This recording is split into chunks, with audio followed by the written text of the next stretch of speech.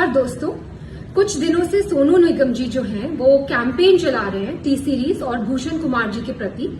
तो इस सिलसिले में मैं ये बोलना चाहती हूँ कि टी सीरीज ने आज तक हजारों कलाकारों को ब्रेक दिया है जो कि आउटसाइडर्स हैं, जो इंडस्ट्री से नहीं जुड़े हुए।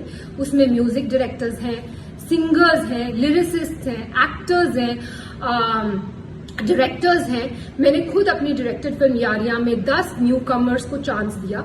उसमें से 4 लोग, नेहा कक्कड़, रकुलप्रीत सिंह, हिमांश कोहली और कंपोजर आर को आज बड़े हो चुके हैं। और सोनू निगम जी से मैं ये पूछना चाहूंगी कि वो बोल रहे हैं कि इंडस्ट्री में टैलेंट को सही दिशा नहीं मिलती। तो सोनू जी, आप तो लेजेंड है, आप तो बहुत बड़े कलाकार है।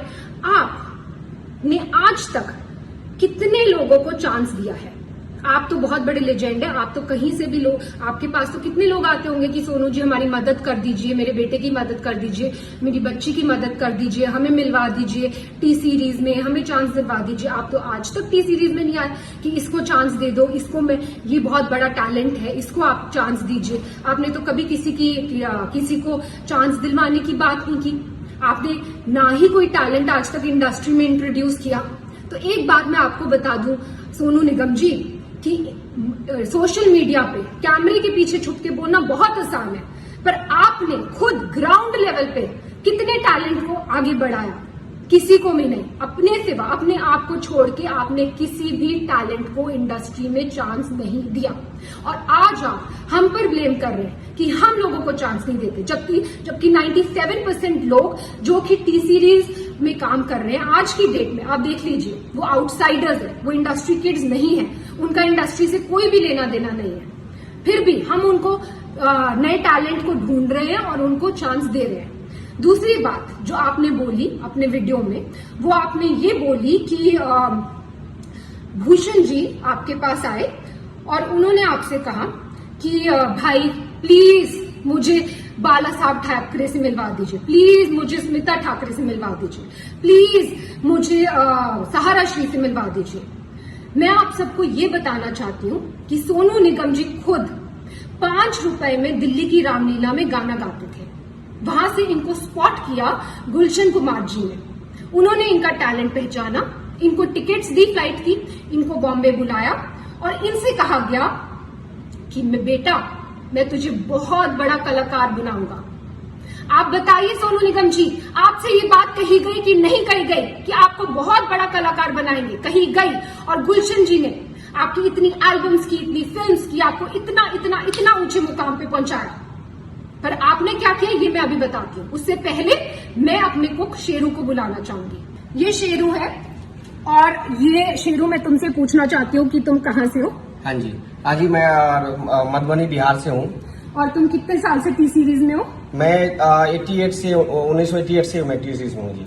तो तुम मुझे क्या बता रहे थे सोनू निगम जी? सोनू निगम जी के बारे में मुझे मालूम है बेटा। मैं जब आप लोग नहीं थे तभी गुलशन जी ने इनको दिल्ली से मुंबई लाए थे।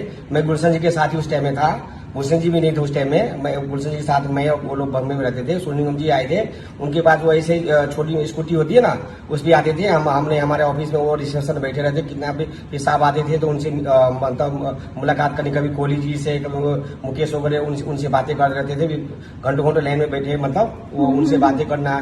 फिर धीरे धीरे साहब आते, फिर साहब ने उनको बोला था कि मैं मतलब काम कराना है उनके साथ काम। कुछ बहुत दिन के बाद साहब ने, फिर 2-4 महीने के बाद साहब ने उसको भी आगे काम दिया। बहुत सारे एल्बम बनाए, बहुत फिर फिल्मों में चांस दिया, बेवफा सनम वगैरह बहुत हिट हुए उस टाइम में। तो उनका बहुत बड़ा नाम बन गया। बहुत बड़ा नाम हो गया। मतलब जब से मतलब ये जो भी है आज, ये जो भी है सब गुलशन जी की वजह से ही है मेरे हिसाब में। हाँ जी। सोनू जी की आप जानते होंगे ये हमारे घर के कुक है और 88 से ये हमारे घर में। एनीवेज, अब मैं ये बताना चाहती हूँ कि 1998 में जब टी सीरीज की फैमिली के साथ ये हादसा हुआ था और गुलशन कुमार जी को खत्म कर दिया गया था, तब सोनू निगम जी ने क्या किया? तो सोनू निगम ने सोचा कि अब तो टी सीरीज का क्या होगा, टी सीरीज का तो कोई करता धरता है नहीं। ननू यानी कि भूषण कुमार, जो कि गुलशन कुमार जी के बेटे हैं, वो तो सिर्फ 18 साल के हैं, उनको तो कुछ आता धोता है नहीं। वो तो खुद ही मेरे पास आके हेल्प कर रहे हैं, मांग रहे हैं कि भाई मुझे इससे मिलवा दो, मुझे इससे मिलवा दो। वो तो किसी को इंडस्ट्री में जानते नहीं है। तो ये कंपनी तो खत्म होने वाली है। तो भाई मैं पहले अपने आप को सेफ गार्ड कर लूं। तो इन्होंने जाकर एक दूसरी म्यूजिक कंपनी के साथ, इनकी मतलब कोई भी वो नहीं थी, कोई भी इनको थैंकफुलनेस नहीं थी कि टी सीरीज ने मुझे इतना आगे बढ़ाया। आज टी सीरीज फैमिली में इतनी बड़ी प्रॉब्लम आई है तो मैं इनके साथ खड़ा रहूं, मैं भूषण की हेल्प करूं और उसको मिलवाऊं लोगों से। रादर ये तो खुद दूसरी कंपनी के साथ जाकर इन्होंने एल्बम कर ली और भूषण इनके पास आकर मदद मांग रहे कि भाई मुझे ये कर दे वो कर दे, और इस मदद का एहसान ये आज जता रहे हैं, वीडियो बनाकर जता रहे कि तूने मुझसे ये मदद मांगी। एनीवेज, तो भूषण जी ने इनसे मदद मांगी कि भाई प्लीज मेरे लिए दीवाना एल्बम कर दो, क्योंकि ये तो भाई पूरी तरह से एहसान फरामोश होकर दूसरी कंपनी में चले गए थे। और इन्होंने जब अब इन्होंने एटीट्यूड दिखाया कि वो मेरे सामने आए, मुझसे मदद मांगे, और मदद इन्होंने करी भी और उसका भी एहसान जता रहे हैं, इन्होंने दीवाना एल्बम करी। ठीक है, फिर उसके बाद इन्होंने जो वीडियो में दूसरी बात कही वो ये कही है कि भूषण जी ने इनसे मदद मांगी कि भाई मुझे अब्बू सलीम से बचा ले। अब मैं आपसे ये पूछना चाहती हूँ सोनू निगम जी कि अब्बू सलीम से बचाने के लिए भूषण जी आपके पास क्यों आए? प्लीज इस बात पे तहकीकात की जाए। क्या सोनू जी के रिश्ते थे अब्बू सलीम से?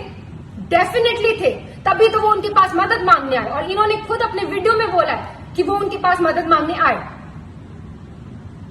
नेक्स्ट चीज जो मैं ये बोलना चाहती हूँ कि सोनू जी ने बोला है कि भूषण जी पे एक लड़की ने आरोप लगाया मीटू का, और उसके बाद वो आरोप वापस ले लिया गया और भूषण जी ने माफिया की चाल चली, पर मीडिया को सब पता है, मतलब भूषण जी मीटू रेपिस्ट है, लेकिन ये बात माफिया ने दबा ली। अब मैं आपको ये बताना चाहती हूँ सोनू जी कि मीटू एक बहुत ही अच्छी मूवमेंट थी जो स्टार्ट की गई इसलिए ताकि सोसाइटी में जो ऐसे लोग हैं, जो बुरे लोग हैं, उनका सफाया हो सके। पर इस मूवमेंट का बहुत सारे ऐसे लोगों ने फायदा उठाया, पैसे ऐंठने के लिए, ब्लैकमेल करने के लिए, किसी को किसी से वेंजेंस है तो किसी लड़की के कंधे पे बंदूक रख के चलाने के लिए, और ऐसे ही हमें बहुत सारी ब्लैकमेलिंग कॉल्स आई मीटू के टाइम पर। उस टाइम पर हमने सिर्फ पुलिस की सपोर्ट ली, पुलिस की हेल्प ली, और पुलिस ने तहकीकात की और पुलिस ने ये क्लियर कर दिया कि ये तो सीधा सीधा ब्लैकमेलिंग का केस है। और पुलिस ने हमने पूछा कि क्या आपको कुछ करना है, कुछ मानहानि का दावा करना है या कुछ करना है। हमने डिसाइड किया कि नहीं, हम मीडिया तक में भी ये बात आउट नहीं करेंगे कि क्या हुआ है हमारे साथ। क्यों? क्योंकि हम खुद किसी लड़की को डाउन क्यों करें, हम किसी लड़की को क्यों उसको इस तरह भरे बाजार में उसकी इज्जत उतारें। लेकिन उसका ऐसे बहुत सारे केसेस आए हमारे पास, और उसका फायदा आप जैसे लोग उठाते हैं। और कई लड़कियों ने एडमिट भी किया कि कई लोगों ने जो सच्चे दुश्मन है इंडस्ट्री में, उन्होंने वो पीछे थे इस मिली भगत के, लेकिन देखिए आप आज भी इसका फायदा उठा रहे। मैं पूछना चाहती हूँ सोनू निगम जी, क्या है मीटू मूवमेंट? मैं लगा दूं आप पे मीटू, तो मैं लगा दूं आप पे मीटू, बोल दो आप मीटू रेपिस्ट है, हो जाएंगे आप मीटू रेपिस्ट। तो प्लीज सोच समझ के वीडियो बनाया कीजिए, क्योंकि आपने धमकाया वीडियो में कि आप उस लड़की का वीडियो आउट कर देंगे। बेशक कीजिए, पर नेक्स्ट टाइम कोई भी वीडियो आउट करना हो, याद रखिए प्रूफ के साथ कीजिए। बिना प्रूफ के मीटू मूवमेंट का कोई मतलब ही नहीं है। और कोई भी अगर बिना प्रूफ के कोई इल्जाम लगाता है, क्योंकि जब से आपने ही अपना वीडियो ऑन किया है तब से वापस हमारे पास ब्लैकमेलिंग कॉल शुरू हो गए, वापस कई लड़कियां उठ गई हैं कि हमें तो सोनू निगम जी से इंस्पिरेशन मिल गई है, हमें आप हमें काम दो, या तो हमें आप पैसा दो, नहीं तो हम आप पर ये कर देंगे। सिर्फ ये लड़कियां ही, जो बहुत सारे सिंगर्स और खड़े हुए हैं वो कर रहे हैं, वो ऐसे ब्लैकमेल कर रहे हैं। मुझे ये वीडियो बिल्कुल भी नहीं बनाना था सोनू निगम जी, और भूषण जी ने तो मुझे स्पेशली बोला था कि हमें चुप रहना है, हमें चुप्पी साधे रखनी है। लेकिन आपने अभी भी अपनी कैंपेन बंद नहीं की है। आज भी हम कोशिश करते हैं टी सीरीज से कि 80% लोग 100% लोगों को चांस दे, पर कई बार लोगों को काम नहीं मिल पाता बिकॉज सो मेनी रीजंस। किसी म्यूजिक डायरेक्टर, कोई धुन में कोई कलाकार जाता है, कोई धुन में कोई कलाकार जाता है। 80% लोगों को तो काम मिल रहा है ना मार्केट में, जो 20% लोगों को काम नहीं मिल रहा वो कोई भी शुरू हो जाएगा, कोई भी किसी पे भी आरोप लगा सकता है। तो ऐसा माहौल है। और आपने जब अपना वीडियो ऑन किया तो मैं आपको बता दूं कि मेरे साथ क्या हुआ। मेरे हस्बैंड के against death threats, social media पे डेथ थ्रेट्स, मेरे लिए रेप थ्रेट्स और मेरे बच्चे के लिए थ्रेट्स। मैं क्यों सहूं ये सब? मैं क्यों सहूं अपने बच्चे के लिए थ्रेट्स? और अभी भी आपकी कैंपेन बंद नहीं हुई है, अभी भी आपकी कैंपेन जारी है। आप इतने सारे सिंगर्स को अभी भी इकट्ठा कर रहे हैं और उनको एक गठबंधन बना रहे हैं और उनको बहका कर जिनको काम नहीं मिल रहा फॉर वट एवर रीजन, उनको काम इस बात में लगा रहे हैं, इस पब्लिसिटी लेने के ये मुद्दे में लगा रहे हैं कि उनके आपके साथ मिल जाए और टी सीरीज को हम कैसे खत्म कर दें, भूषण कुमार को हम कैसे खत्म कर दें। एक बात मैं आपसे कहना चाहूंगी सोनू निगम जी, आप किस टाइप की हैं ये तो आपकी बीवी ने क्लियर कर दिया था। उन्होंने खुद आप पे, आपको याद है, आपकी बीवी ने खुद आप पे इल्जाम लगाए हैं। प्लीज याद कीजिए उन इल्जामों को, आपने पब्लिकली जो आपकी बीवी ने आप पे इल्जाम लगाए थे और फिर आप दूसरों पे इल्जाम लगाइए। और मैं बिल्कुल, जैसे कि मैंने कहा, मैं बिल्कुल इस हक में नहीं थी कि मैं ये वीडियो बनाऊं, लेकिन इतनी मैं कश्मकश में हूं, क्या करूं, बनाऊं ना बनाऊं, ये सच्चाई लाऊं कि नहीं लाऊं। फिर मुझे फाइनली गीता से मुझे मेरा आंसर मिला। गीता में जब अर्जुन भगवान कृष्ण से पूछते हैं कि मुझे ये युद्ध नहीं लड़ना है, ये युद्ध लड़के किसका फायदा होगा, तो भगवान कृष्ण अर्जुन को समझाते हैं कि एक योद्धा के लिए धर्म से बढ़कर युद्ध लड़ने के अलावा और कोई बड़ी चीज नहीं है। अगर तुम युद्ध नहीं लड़ोगे तो तुम अपना यश गवाओगे, तुम्हारा अपयश होगा, संसार में लोग तुम्हारे अपयश की चर्चा करेंगे और तुम्हारे दुश्मन हर तरह की कटु वचन बोलकर तुम्हारा वर्णन करेंगे। और वही हो रहा है, सब लोग कटु वचन बोल रहे हैं, सारी दुनिया। जैसे कि मैंने बोला, मुझे रेप थ्रेट्स आ रहे हैं।